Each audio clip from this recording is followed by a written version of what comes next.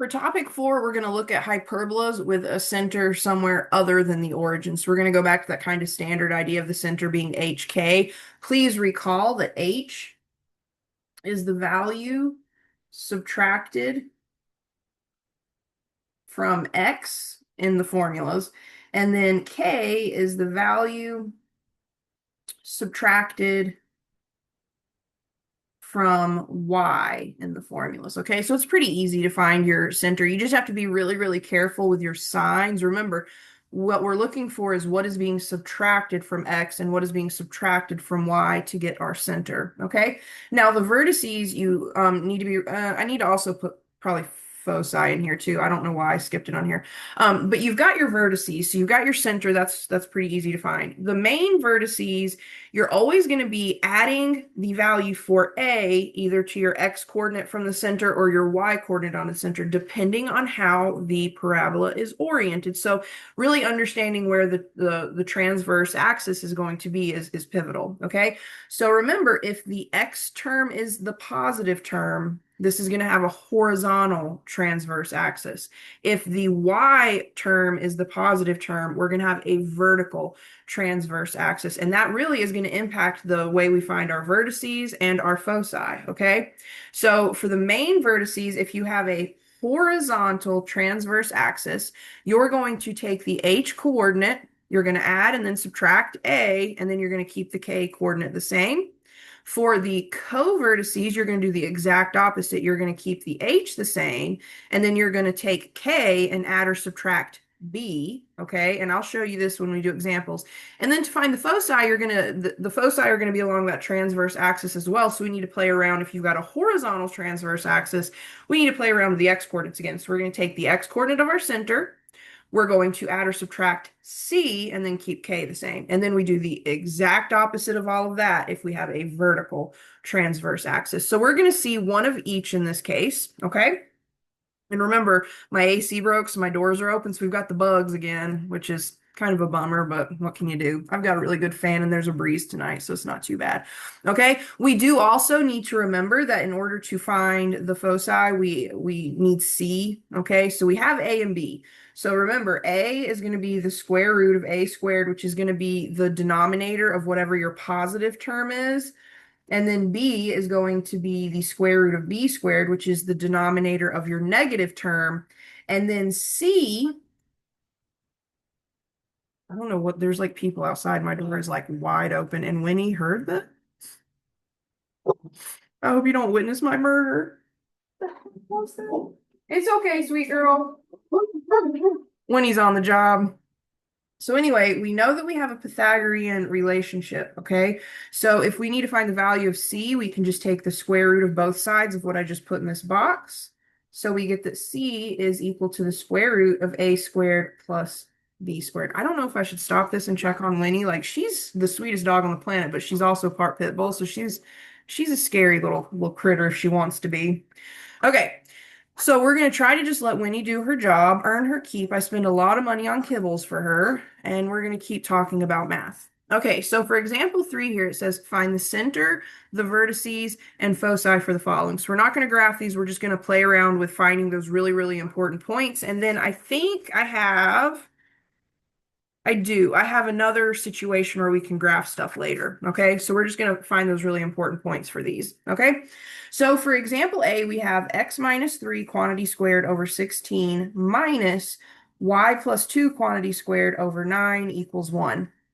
Since the x term is positive, that tells me that the parabola is going to be opening kind of facing the x-axis. It's going to open along the x-axis. So we have a horizontal transverse, good job, Winnie, axis. Okay, and so to figure out exactly what the transverse axis is, we need to know what our center is. Okay, so since the center is, remember, HK, and that is what we subtract from X and what we subtract from Y, we know that we're going to have either a horizontal or vertical line running through that. Okay. So what did we subtract from X? Well, X minus 3, we subtracted positive 3. What did we subtract from Y? Since we have Y plus 2, that would really be the same thing as Y minus negative 2. So the transverse axis officially is the horizontal line through the origin, which is going to be y equals -2. And that tells me my conjugate axis, the conjugate axis is the one that runs perpendicular to the transverse axis. It is going to be x equals, something's going on outside, x equals 3. Okay, I think somebody's doing fireworks, actually. That's a little less scary. Okay, so let's talk about the vertices and the foci. So let's talk vertices first, okay? Now, what we have here is going to be a situation like this. So if this is my conjugate axis and this is my transverse axis, we're going to have a hyperbola doing that, okay? So the vertices are going to be these points right here. We've got our center here. So what we need to do is we need to play around with the x coordinate of our center, okay? So the vertices are going to be h plus or minus a, comma, k, okay? So we know what h is. We can easily find what a is. We can easily find what b is. We can find what c is. We also know what well, we know H and K. I'm so distracted. So, like, there are people putting off giant fireworks. My dog is losing her mind. I don't want to stop this video. I am so committed. Focus. Okay. Let's find A, B, and C. We already know what H and K are, and then we can very easily find our vertices. So the vertices, the main vertices, are going to be H plus or minus A, comma, K. The co-vertices, they run along the axis perpendicular to the transverse axis. So the co-vertices are going to be like here and here. So we need to play around with the y coordinate of the center. So those k's, we need to add or subtract something from it. So we're going to keep the h alone, and then the k, we're going to add or subtract whatever we get for b. And then for the foci, remember, they're inside the curves. Okay, so they run along your transverse axis, but they're going to be kind of like inside those curves. Okay, but because they're on that transverse axis and we know our transverse axis is horizontal, we need to play around with those x coordinates of our center because we know we're going to be a certain distance from our center to each focus point. So we're going to take h plus or minus c, comma, k. Okay, so that's how we're going to find the main vertices, the co-vertices, and the foci. So now let's go ahead and just really focus on A, B, and C. Okay, now we know that A is the square root of A squared, which is 16. So A is 4. B is the square root of 9. So B is 3. And then C we have to do a little bit of work for. Remember, we can do C using this formula up here. We really just have the Pythagorean theorem. That's going to be the Pythagorean relationship here. So c squared equals a squared plus b squared, kind of like in the typical form that we remember it from earlier in this book. So we can say, well, c is going to be the square root of a squared, which is 16, plus b squared, which is 9. So c is the square root of 25 or 5. So we have values for A, B, and now C. Okay, so we can now go and find the foci, the co-vertices, and the main vertices. Okay, if you're struggling with what H and K are, remember those are the X and Y coordinates from the center. Okay, so for the vertices, H is 3. We want to add and subtract A, which is 4, and then K is going to stay the same. It is -2. Okay. Well, that's going to give us two ordered pairs. So we want to do 3 minus 4, which is -1, comma, -2. And then we want to do 3 plus 4, which is 7, comma, -2. So those would be the main vertices on the transverse axis. Okay. Now for the co-vertices, H is going to stay the same. So H is the x coordinate of our center, so 3. And then we're going to take the k value, the y coordinate, and we're going to add and subtract b, which is 3. So our co-vertices are going to be 3, comma, we want to take -2 and subtract 3, so 3, comma, -5. And then 3, comma, -2 plus 3, which is 1. And then finally, for the foci, H is going to be tweaked a little bit. We need to adjust it by a value of C in both directions. So we're going to get H, which is 3, plus or minus C, which is 5, comma K, which is -2. So the foci would be 3 minus 5 is -2, so -2, comma -2. And finally, we want to take 3 plus 5, which is 8, comma, -2. So we were able to, it takes some work. These are definitely a bit tedious. There's definitely several steps, but we were able to determine which way this is opening. Is this opening along the x-axis or not opening along the x-axis? Is this opening like along some horizontal axis or some vertical axis? We can find the center pretty easily. And then just playing around with A, B, and then finding C, we can get the vertices, the co-vertices, and the foci pretty easily. Okay? Now let's look at part B. Part B is different. Okay? In this case, it is the y term that is greater than 0. So this tells me that the transverse axis is vertical. It's going to kind of open in the y direction. Okay? So the transverse axis is going to be vertical, okay? So we can figure out exactly what the transverse axis is once we know what our center is, okay? So remember the center is HK, where H is what we subtracted from X in the formula or in the equation, and K is what we subtracted from Y. So be really mindful of what is X and what is Y. Of course, Y comes first this time. So H is what we subtracted from X. So we have X plus 2. So that means we would have subtracted -2. And then we have Y minus 1, which means we subtracted +1. So that is our center. And because my transverse axis goes through my center, I can now officially get the equation for the transverse and conjugate axes. So the transverse axis we know has to be vertical because this parabola is opening in the y direction. So we get x equals -2. That means the conjugate axis is going to be horizontal. So it is going to go through the line y equals 1. So those are going to be really important if we were going to graph this. Okay.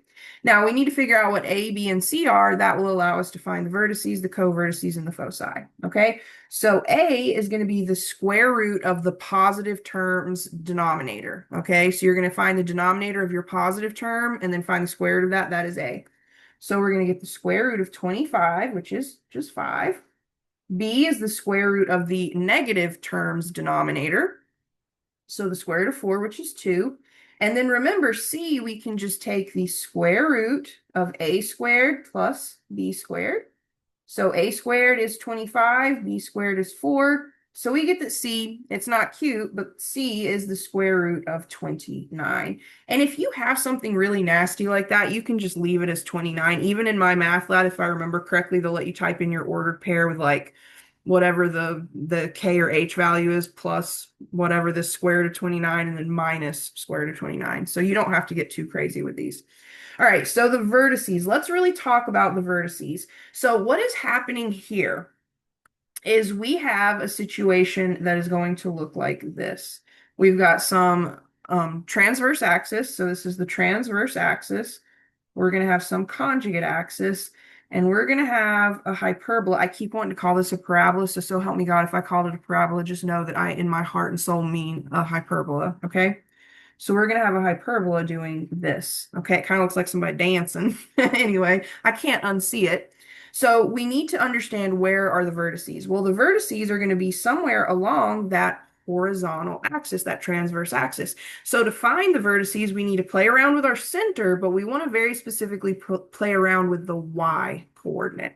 So our vertices are going to be in the form h, comma, k plus or minus a. So even further, we can say, well, h is -2, all right? And then k is 1, and we want to add or subtract a, which is 5. So our vertices are going to be -2, comma, well, 1 minus 5 is -4. And then 1 plus 5 is 6. So we're going to get -2, comma, 6. So those are our main vertices on the transverse axis. We can look at our co-vertices. Now remember, the co-vertices are not actually on the hyperbola. They're just these points that we kind of use as guides. I mean, they're very important. We can use them as guides in that like rectangular method to find like where our like sketches of our asymptotes would be. But they live on the conjugate axis. So they'd be like somewhere here and here. Since our conjugate axis is horizontal, we need to take the center and play around with the x coordinate. Okay, so our covertices are going to be of the form h plus or minus b, comma k. So further, we can say that it's going to be -2 plus or minus b, which is 2, and then k is 1. So our covertices are going to be, well, -2 minus 2 is -4, comma 1, and -2 plus 2 is 0, comma 1. So those are our covertices. And then finally, the foci. I hate saying foci. I feel like it should be foci. I don't know why. So if I ever say foci, just roll with it. Roll with it. We can say this however we want, right? It's kind of like in The Sopranos, they called Capicola gabagool. We can say foci if we want. We don't care. Anyway, so the foci, remember, the foci live like kind of inside those little curves of our hyperbola. So we have a focus point here and here, so you can see they're along that transverse axis. Since our transverse axis is vertical, we need to play around with the y coordinates of our center. So we're going to get h, we're going to leave it as is, and then we're going to take k and add or subtract c. So we can say, let me fix that, I made it ugly. We can say that our foci are going to be at h, which is -2, comma 1 plus or minus the square root of 29. And if we were to write these out formally, we could just say -2, comma 1 minus the square root of 29 and -2, comma 1 plus the square root of 29. And that's it. Now you could certainly, if you wanted to, you could go ahead and plot these on a piece of grid paper and then draw your hyperbola if you wanted to. But for now, we're just practicing understanding like where those vertices are and how we play around with the transverse versus the conjugate axis to find the vertices, covertices, and foci. Okay, so is that it for that one? I think that's it for this video. In the next video, we're going to do probably the hardest part. The first two examples, I think the next video is going to have 3 examples. The first 2 aren't bad. The third is a doozy, okay? It's not hard. It's just got like 87,000 steps to it, okay? So get ready.